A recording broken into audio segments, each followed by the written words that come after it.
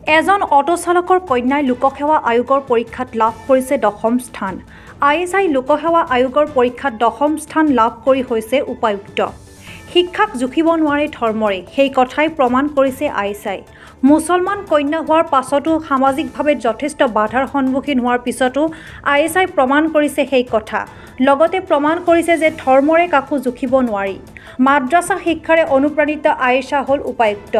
সৰুৰে পৰা মাদ্ৰাছাত শিক্ষা গ্ৰহণ কৰিছিল। মাদ্ৰাছা শিক্ষাৰে অনুপ্ৰাণিত হ'ল আয়েশা। তাৰ পাছতে মাদ্ৰাছাত অধ্যয়ন কৰিয়েই উপায়ুক্ত হ'ল আয়েশা। মাদ্ৰাছাত পঢ়িয়ে যে উপায়ুক্ত হ'ব পাৰে সেই কথা প্ৰমাণ কৰিছে আয়েশাই। সবিশেষ জনাইছোঁ, ধৰ্ম হ'ব নোৱাৰে শিক্ষাৰ হেঙাৰ, মাদ্ৰাছাত পঢ়িও হ'ব পাৰি উপায়ুক্ত, সেই কথা প্ৰমাণ কৰিছে এগৰাকী যুৱতীয়ে। মুছলমান কন্যা আয়েশা আনচাৰীয়ে পুনৰবাৰ প্ৰমাণিত কৰিলে সেই কথা, ধৰ্মক জুখিব নোৱাৰি শিক্ষাৰে। অটো চালকৰ কন্যাই লোকসেৱা আয়োগৰ পৰীক্ষাত স্থান লাভ কৰিলে 10ম স্থান। মাদ্ৰাছা শিক্ষাৰে অনুপ্ৰাণিত আয়েশাই কৰিলে আন 10জনে কৰিব নোৱাৰা কাম। একাগ্ৰতা আৰু পৰিশ্ৰমেৰে উপায়ুক্তৰ চাকৰি পালে আয়েশা আনচাৰীয়ে। মুছলিম আনচাৰীৰ বৰজীয়ৰী আয়েশাৰ সাফল্যত সুখী হৈ পৰিছে পিতৃ। এটা দৰিদ্ৰ মুছলমান পৰিয়ালৰ আয়েশাই সপোন দেখিছিল উপায়ুক্ত হোৱাৰ। নিজৰ সপোন পূৰণ কৰিছে আয়েশা আনচাৰীয়ে। পিতৃ মুছলিম আনচাৰীয়ে কন্যাৰ শিক্ষাৰ বাবে যথেষ্ট কষ্ট কৰিছিল।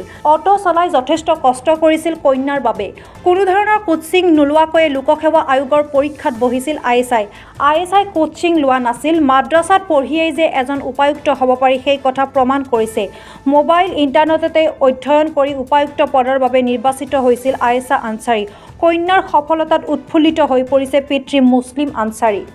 নৰিয়া দেহেৰে অটো চলাই কিতাপ দিছিল কন্যাক মুছলিম আনচাৰীয়ে। সমাজৰ বাবে শিক্ষা এক মহান আহিলা, এই মন্তব্য কৰিছে আয়েশাই। ইয়াত হিন্দু মুছলিম বুলি কোনো কথা নাই। লোকসেৱা আয়োগত উত্তীৰ্ণ হোৱাৰ পিছতে আয়েশাৰ এই মন্তব্য। আয়েশাই কৈছে যে 2020 চনৰ পৰা 4 বছৰে কষ্ট কৰি আজি পিতৃক গৌৰৱান্বিত কৰিছোঁ। নিজৰ সফলতাৰ পাছতে এই মন্তব্য কৰিছে আয়েশা আনচাৰীয়ে। মধ্যপ্ৰদেশৰ ৰেৱা জিলাৰ মুছলিম আনচাৰীৰ পৰিয়ালত এতিয়া আনন্দৰ জোৱাৰ। মাদ্ৰাছাত শিক্ষা গ্ৰহণ কৰিও যে এজন উপায়ুক্ত হ'ব পাৰি সেই কথা প্ৰমাণ কৰিছে আয়েশা আনচাৰীয়ে। পুনৰ জনাইছোঁ, এজন অটো চালকৰ কন্যাই লোকসেৱা আয়োগৰ পৰীক্ষাত লাভ কৰিছে 10ম স্থান। আয়েশাই লোকসেৱা আয়োগৰ পৰীক্ষাত 10ম স্থান লাভ কৰি হৈছে উপায়ুক্ত। শিক্ষাক জুখিব নোৱাৰে ধৰ্মৰে, সেই কথাই প্ৰমাণ কৰিছে আয়েশাই।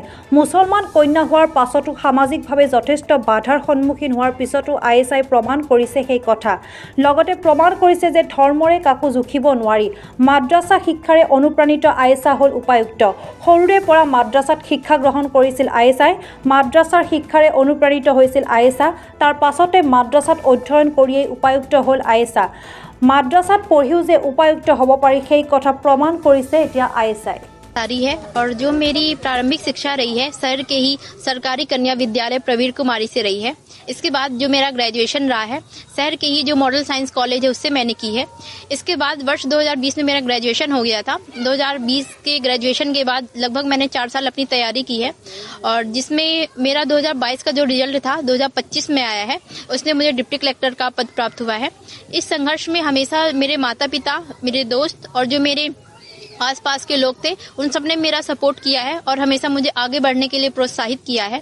एवं सर इसके साथ ही कहीं न कहीं जो एक मुस्लिम समुदाय है, न केवल मुस्लिम समुदाय बल्कि हमारे समाज की बाकी सभी लड़कियां हैं जो शिक्षा के लिए कहीं न कहीं इतनी रुचि नहीं रखती हैं, मैं उन सबसे यही कहना चाहूंगी कि अपने समाज को आगे बढ़ाने के लिए न केवल मुस्लिम समुदाय को बल्कि पूरे समाज को आगे बढ़ाने के लिए शिक्षा एक बहुत बड़ा हथियार है आपका। उसे आप अपनाएं और अपनी जो घर की रूढ़ियां हैं उसको तोड़कर हमेशा आगे बढ़ने की ओर अपना जो लक्ष्य है उसको अग्रसर करें।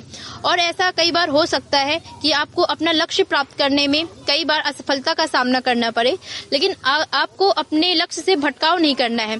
हमेशा अपने लक्ष्य के प्रति डटे रहना है। आपको असफलता प्राप्त होगी, लेकिन आपका जो ईश्वर है, अल्लाह ताला है, जो हमेशा आपके ऊपर एक शक्ति रहती है, वो हमेशा आपके लिए बहुत अच्छा सोच के रखा है।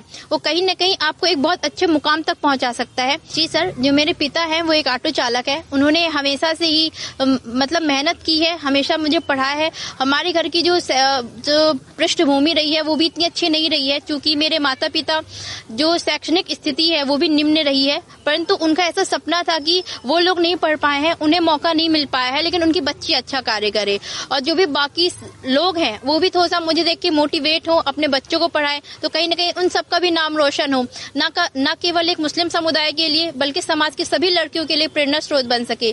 तो इसी सबके विश्वास था कि, और मेरे माता पिता का सपोर्ट रहा है कि आज मैं डिप्टी कलेक्टर के पद पर चयनित हुई हूँ।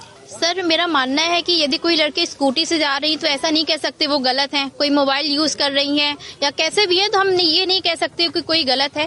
सब अपने कंफर्ट जोन के हिसाब से कार्य करती हैं। मेरा व्यक्तित्व सरल है, मैं सरल रहना पसंद करती हूँ, लेकिन कुछ लड़कियां स्कूटी चलाने के बाद भी अच्छे मुकाम तक जा सकती हैं। लेकिन ये था कि हमें अपने घर की जो परिस्थितियां हैं उसको ध्यान में रखते हुए, अपने माता पिता की जो आर्थिक स्थिति है उसको ध्यान में रखते हुए कार्य करना चाहिए, और कभी भी किसी भी चीज के लिए अपने माता पिता से जिद नहीं करना चाहिए, क्योंकि वो दुनिया भर की तमाम खुशियां हमें देने के लिए मेहनत करते रहते हैं।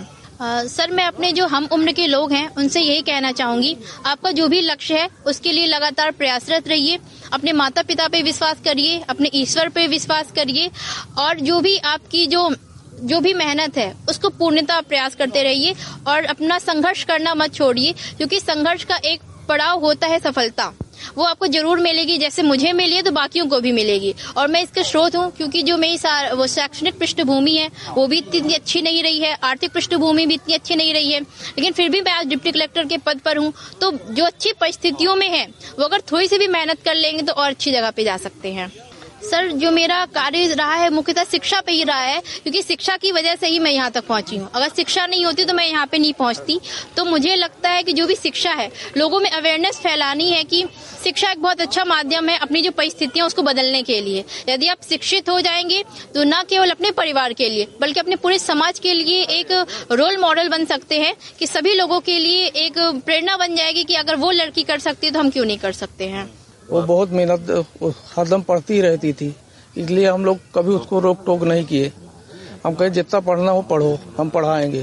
वो मेहनत तो बहुत की है सर। यही मोहल्ले में एक स्कूल थी, वहाँ से शुरू की ही पढ़ाई, फिर इसके बाद पीके स्कूल में की है, फिर ग्रेजुएशन मॉडल साइंस से की है। मेहनत हमारी कुछ नहीं, मेहनत वही बच्ची हमारी करती थी। आज मेहनत उसकी रंग लाई, हम ना के बरोबर किए। उसको हम महीने का 7-8 हजार कुछ ऐसा भेजते थे, बस हो गया। खाली रूम खाने का खर्चा भेजते थे, बस हो गया। कोई ऐसी जिद इनकी? कोई जिद नहीं थी। हम पूछते भी तो कुछ चीज चाहिए तो बोली नहीं, हम इतने में हो जाएगा, हमको हो जाएगा।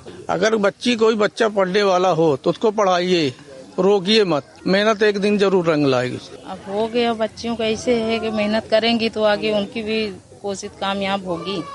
अब उनकी रुचि तो ऐसा कुछ नहीं था, उनकी जिद कोई नहीं थी कि नहीं हमको ये चाहिए वो चाहिए।